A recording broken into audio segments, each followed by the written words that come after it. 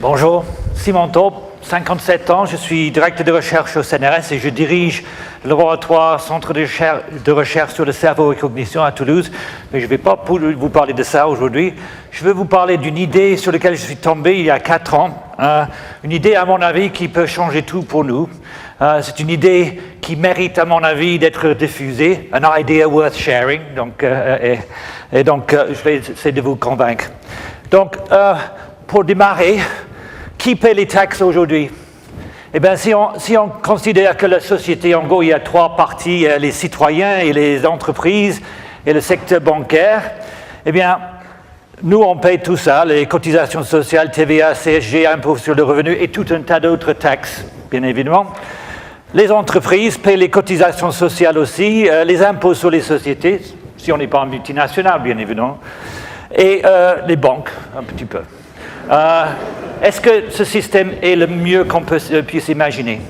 Eh bien, pour moi, quand on a 66% des taxes payées par les citoyens, 29% environ par les sociétés et 5% par les banques, je pense qu'il y a peut-être... on peut repenser peut-être. Donc, comment réformer le système? En fait, pour moi, il y a un moyen extrêmement simple, c'est de remplacer complètement le système actuel et par une seule taxe universelle sur toutes les transactions financières. Je parle pas on parle beaucoup de taxe Tobin pour, il y a Nicolas Sarkozy, Angela Merkel, il y a 11 pays en Europe qui essaient d'introduire des taxes sur les transactions, mais c'est souvent vu comme un moyen de punir le secteur bancaire. En fait, ma proposition, c'est en fait, on devrait taxer toutes les transactions, dont les miens, les vôtres, de façon totalement égale. Alors, qu'est-ce que ça veut dire? Bon, en fait, on fait tous des transactions. Par exemple, si je suis acheteur, j'ai 100 €, quelqu'un qui veut vendre un bien, on fait un échange. Cet échange, c'est une transaction financière.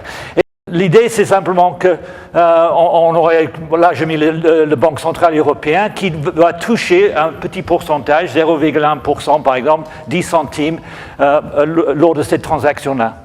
On aurait également la situation avec un employeur et avec un employé qui paye 100 € pour qu'on puisse faire un travail. Là aussi, 10 centimes remontent à la Banque centrale. Également, quand on a un trader, deux traders, l'un avec 100 €, l'autre avec 80 livres par exemple, ils font le transfert, 10 centimes qui remontent. Bien évidemment, parce qu'il y a des livres là, on pouvait également imaginer que la Banque d'Angleterre pouvait récupérer un peu d'argent aussi. Alors bien évidemment, il n'y a pas que des transactions entre les êtres humains, il y a des transactions entre les machines. Plein d'ordinateurs travaillent actuellement pour faire des transactions. Et là aussi, chaque fois qu'il y a des transferts, on pouvait ajouter un peu d'argent dans les caisses. L'important, c'est que toutes ces transactions doivent être traitées de façon totalement identique. Okay? Alors, donc, la grande question, c'est quel est le montant de toutes ces transactions? Et là, c'est pas évident de le faire, parce que, bon, il y a le Bank for International Settlements. Tous les ans, font un rapport sur les transactions dans 23 pays, dont la France. Et par exemple, j'ai totalisé tout ce qu'on trouvait là pour la France, et on trouve un chiffre de 278 000 milliards pour 2012. Donc c'est déjà pas mal. Mais en fait, ces chiffres ne sont pas du tout complets. Par exemple, si on regarde les chiffres là, c'est pour la Grande-Bretagne, et depuis 2008. 2008, plus de 1 million de milliards de livres de transactions. Okay? Et puis tout d'un coup, wow, divisé par 5 depuis 3 ans. C'est la crise? Eh bien non, en fait, c'est simplement que LCH ClearNet Limited, qui avait fait 862 000 milliards de transactions en 2008, malheureusement, c'est NAV, not available, pas disponible. Bon, alors, pourquoi c'est pas disponible? Eh bon, en fait, c'est bizarre parce que moi, je suis allé sur le site de LCH ClearNet avant-hier, et ça, c'est le total des transactions en une journée, le 30 avril, 2316 milliards de dollars. Et ce qui est encore plus intéressant, c'est qu'ici, on a la quantité de ça qui était en euros. Plus de 1000 milliards de dollars en une journée par une société qui les données ne sont même pas disponibles dans les tableaux. Mais ça ne s'arrête pas là parce qu'il y en a plein. Il y a, déjà, vous regardez ici, les euros, en fait, c'est la majorité des transactions, quasiment, c'est 45%. Il y a aussi CLS, qui ne figure pas dans le truc. C'est un truc qui fait les marchés de devises, localisé à peu près partout, on ne sait pas vraiment où. 5,35 000 milliards par jour en mars 2014. Et puis là, je suis allé regarder sur Euronext à Londres, uniquement à Londres, le même jour, 30 avril 2014, 1617 milliards d'euros de transactions. Alors, effectivement, en comptabilisant tout ça, moi, j'obtiens quelque chose du style, pour le Royaume-Uni, plus de 2 millions de milliards de transactions par an. Ça, c'est un 2 avec 15 zéros, au cas où ce n'est pas clair. Et pour l'Eurozone, c'est 2 millions de milliards d'euros par an.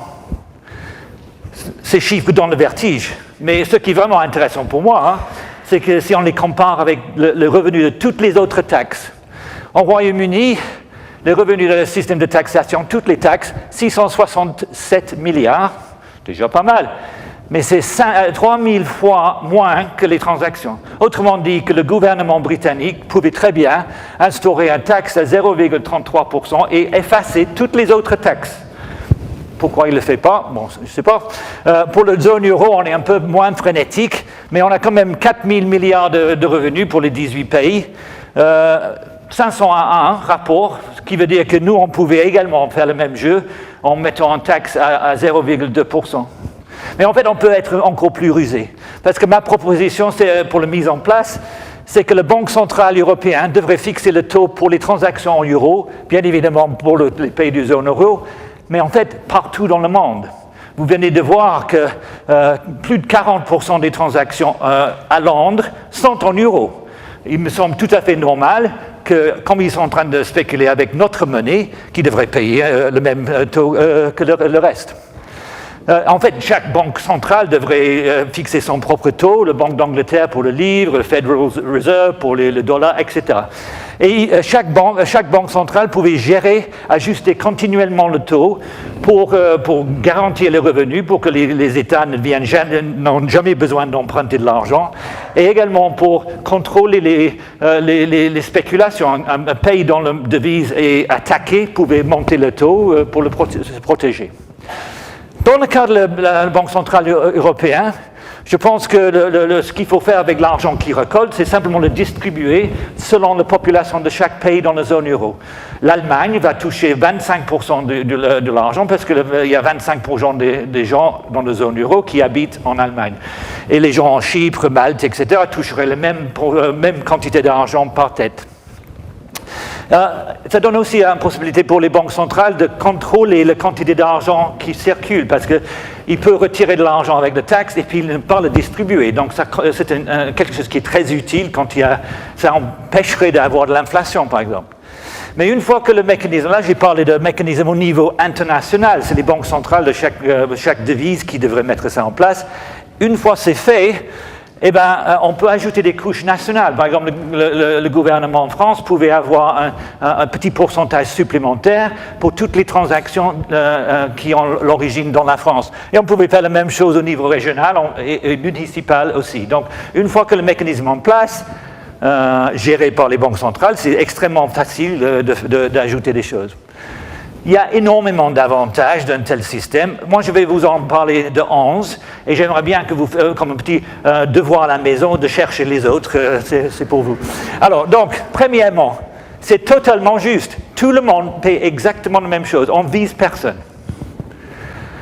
C'est totalement indolore. Vous verrez pas ce que vous payez, sauf si vous regardez en bas de votre relevé bancaire où sera marqué vous avez été payé 2 000 € de salaire, il y a quelques euros qui sont sortis en taxes, vous avez dépensé 2 000 € pour votre loyer, électricité, etc., quelques euros de taxes, mais vraiment pas grand-chose, et totalement automatique. Simplification extrême, plus de feuilles d'impôt, imaginez ça. Et pour les entreprises, plus de TVA et tous ces trucs compliqués qui utilisent un temps fou. Pour les gouvernements, le frais de fonctionnement, c'est 0. C'est une ligne de code dans le logiciel qui gère les transactions. Bon, c'est un peu dommage pour tous les fonctionnaires qui font les impôts aujourd'hui, mais bon. Autre chose, l'effet est immédiat. C'est-à-dire qu'un gouvernement maintenant qui change le taux de taxe sur les revenus, d'impôt sur le revenu ou le TVA, des choses comme ça, les effets, on les voit beaucoup plus tardivement. Là, si le gouvernement avait besoin de l'argent aujourd'hui parce qu'il y avait une crise, il pouvait augmenter le taux et avoir de l'argent tout de suite. Pas besoin d'attendre, tellement mieux pour eux. Mais ça n'arrête pas par là, parce que c'est la fin des niches fiscales. Il n'y en a plus. C'est la fin des lobbies, parce que personne ne peut aller voir le gouvernement pour dire que mon secteur d'activité a besoin de remise, remise sur les taxes, parce que tout le monde paye les mêmes taxes, pas d'exception. C'est la fin des paradis fiscaux. Ce n'est pas la peine d'avoir votre argent dans les îles Caïmans. Vous pouvez le faire revenir en France et l'utiliser. C'est la fin de l'évasion fiscale, parce que personne ne peut échapper à ça.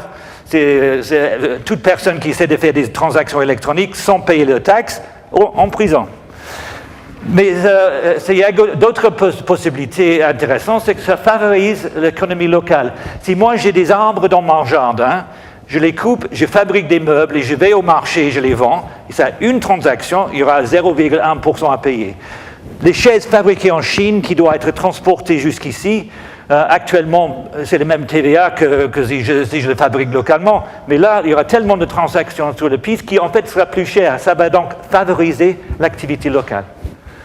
Et enfin, tout le monde gagne, ou presque. Pas les gens qui sont des fonctionnaires des impôts, mais bon. Sinon, tout le monde, que ce soit les citoyens de base, les PDG des entreprises, les traders, sans TVA, sans impôt sur le revenu, tout le monde est mieux. Alors, effectivement, depuis que j'essaie de faire passer cette idée, j'ai entendu des critiques.